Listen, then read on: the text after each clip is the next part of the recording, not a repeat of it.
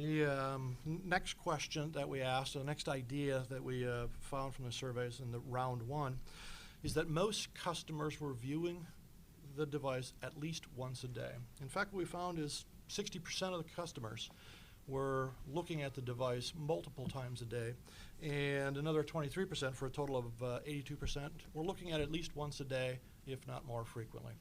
So it's kind of interesting. We, along with the survey results, we also get quite a bit of testimonials and comments that consumers send in. We received comments for quite a few participants who have taken their device around their home and have put a post-it notepad on every electric appliance and every switch in the house, and have used the device to identify how much it costs per hour to operate that appliance or that particular light switch. And so what we're seeing out of that is consumers are using it. If you put the data in the consumer's hands and give them the ability to have additional information, they'll use that. A couple of the themes from our second round of surveys is that, and this was pretty interesting to us, most of the participants, after having the device for roughly 8 weeks or after a billing cycle, most of the consumers, 70%, had already taken actions to manage or modify their consumption. We asked them what type of activities they've taken, and obviously there are things like being more conscious of leaving light switches on. We've seen people who went out and replaced light bulbs with CFLs. We've had people telling us they went out and weatherproofed. But it was kind of interesting to see that just after having a month, people started to use that data and started to change behaviors. The other thing that we saw, another theme coming out of the round two, that there was a high satisfaction with the in-home displays. When we deployed the devices, we asked consumers on the first survey how much trouble they had or how many times they had to contact us in order to get the device operating. And after 2 weeks, and unfortunately I don't have the data up here, but after 2 weeks of having the device, 69% of the consumers said they had contacted us to get it running. In the second round of surveys, 93% of the consumers said they had no trouble and didn't have to contact us. And a little foreshadowing, in the third round of surveys, 95% of the consumers told us they didn't have any problem with the device and didn't need to contact us. So the second round of surveys, like I said, clearly indicated to us that that satisfaction ran pretty high with the device. All right, let me get to the key themes out of the third round of surveys. We asked participants if after the end of the program they would continue using the device. And if you look, 95% said they'd either probably continue or would definitely continue. And 80% of them said they would definitely continue using the device. When we put the devices in their hands, like I said, we were looking at this from a technology standpoint. What would it take to support the device? So we didn't send the consumer much information about how to use the data or use the device.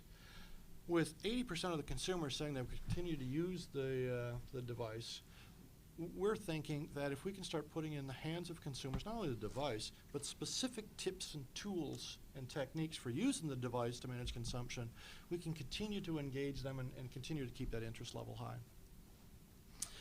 We also found that a significant amount of the consumers would recommend the devices to their friends, family members, or colleagues. In fact, on a scale of 1 to 10, 72% of the consumers, and we're calling them advocates, have indicated that they would recommend this to friends and family members. We have one participant who is a professor of computer science and cybersecurity at Rice University, and he must hold quite a few dinner parties. And we know when he holds the dinner parties because when they're done, we keep getting names of others who have requested devices. So that particular participant truly is an advocate of this and is communicating it to all of his friends and family members. Final thought in and around the third round of surveys is even after the 3 months of having the device, the satisfaction remains high. Like I said, 95% of the consumers and participants who had the device indicated that after 3 months they had a need to contact us for support. The device connected quickly and simply. The device stayed connected and continued to provide a high level of service to participants over the entire 3 months of the program. Thank you very much, Tom. That's very interesting. You know, the takeaways I get from that is that smart meter investments aren't something that is down the road, but you're talking about people who are actually receiving benefits today and taking actions today and lowering costs today. That was really what I got out of that talk. And I think that's absolutely correct. In fact, if I can, we've got a couple of testimonials here. And I won't read those, but we've got one participant, which appears to be a young family because they have children. And what they've indicated to us is even the children are interested in this. It's good. Yeah. Good. Well, let me give a short commercial that I neglected to at the beginning, then I'll turn it over to Jim Greer.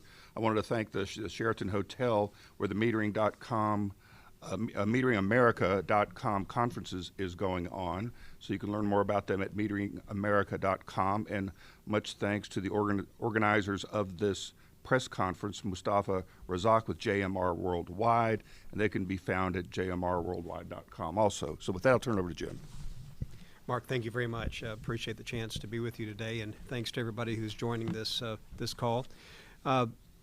Just maybe as step back a second, Oncor is a transmission distribution utility that operates in the competitive ERCOT market, and similar to CenterPoint, we are just a delivery company. So a lot of the technology initiatives that Tom and I will both talk about are really being put in place for the benefit of the market. So while we may not use the technology directly, our job is to make sure the technology platform is there for the retailers and others to be able to innovate and provide additional enhancing services to consumers in the competitive market. Oncor serves about a third of the state, generally the north and central Texas, about 55,000 square miles.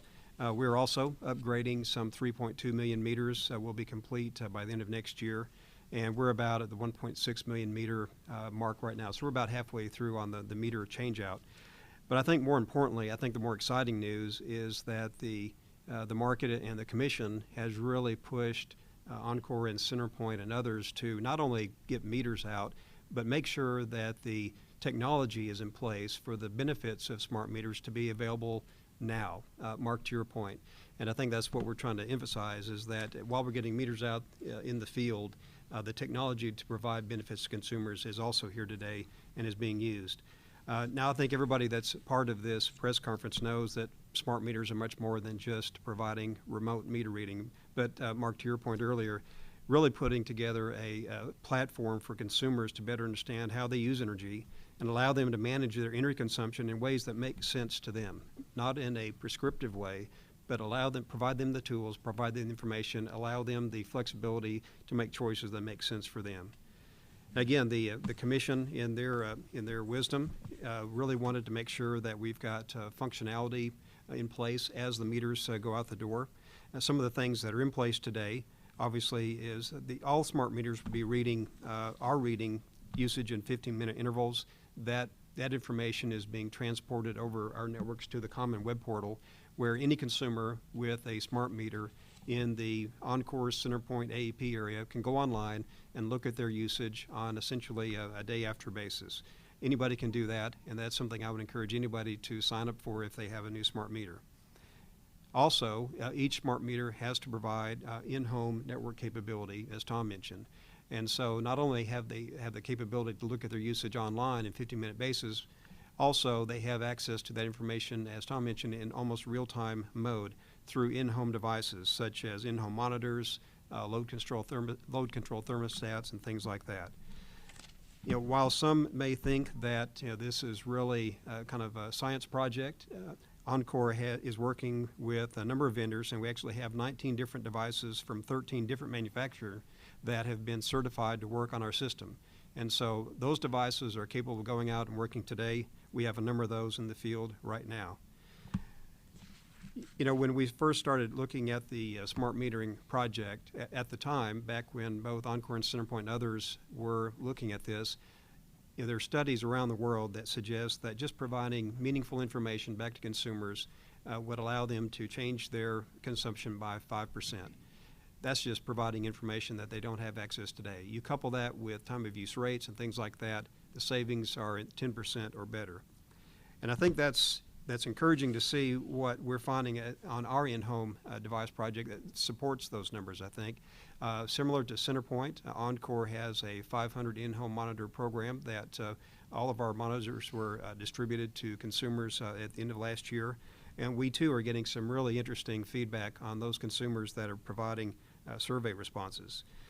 For example, similar to Tom, first of all, 80% of customers state that they're changing their behavior based on the information that they're getting back from their monitor. That's 80%, which I think is just phenomenal with any technology rollout.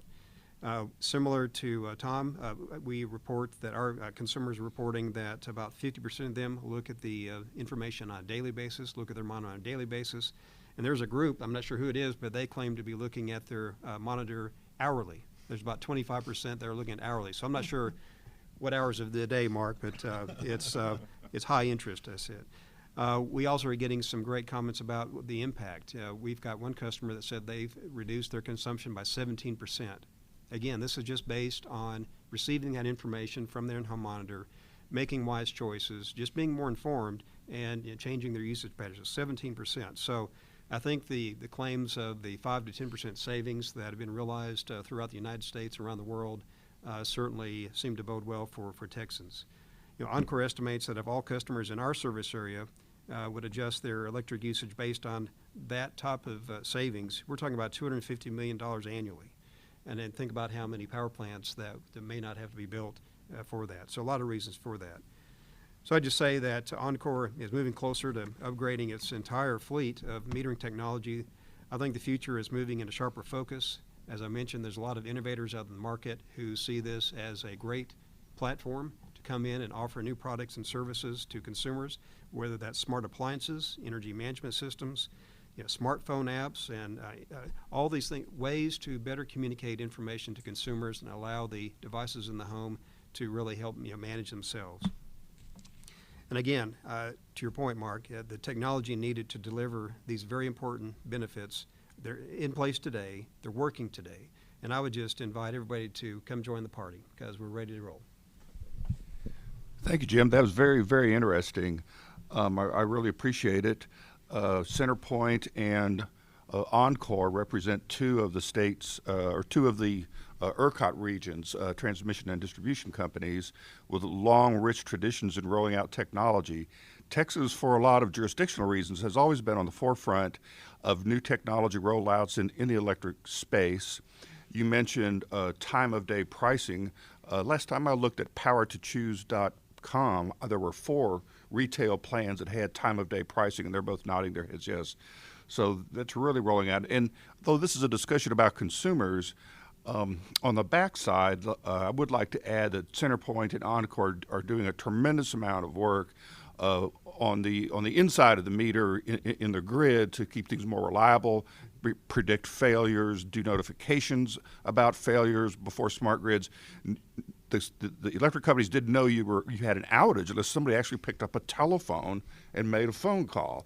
And I used to call my neighbors, say, well, have you guys called the phone? We have an ice storm here, So there's a lot going on behind the scenes that they're not talking about, but I really like what it's doing for consumers and what it's doing right away. Now, we're going to be taking questions, and our moderator has invited questions. What types of issues were encountered? And this is rollout questions for Tom. This first question is for Tom, yes. Yeah, so what kind of issues were encountered or any problems encountered in the initial rollout? I think the problems fell into 2 primary camps. One of them is in and around the construction of the premises. We know that if it's a stucco house with a metal frame on the inside of it, right, we're going to have trouble with communication between a device inside the home and the meter outside the home. And so we've sent our folks out to try to learn as much information as possible about that type of scenario. I think the second problem that we ran into is obviously limitations on range. If on several of the very large homes that we were working with, and in different types of structures, we've got 3-story condominiums and 3-story townhouses that are being built with the meter bank away from them.